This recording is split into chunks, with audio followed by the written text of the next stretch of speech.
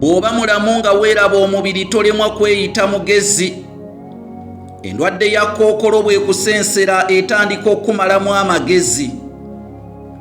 Abajjanjabi basobola okuwadaawadako naye nga mpaawo ggezi. Siriimu ne kkookolo ekyamazima bitumazeeko amagezi. Gw'ate olaba tezitaliza batasoma kababeera abayizi. Kyannaku nti ziremereddwa n'ebyuma bikalimagezi. Kyakusaalirwa nnyo nti endwadde si muntu nti eweebwa enguzi.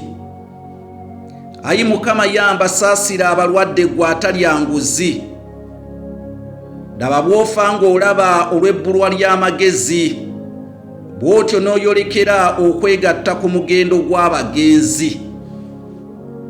Nze Kanoonya Juma, omulangira ow'e gula ekitabo entabiro y'Oluganda olw'edda ku 60,000, ennamba y'essimu yeeyaawo.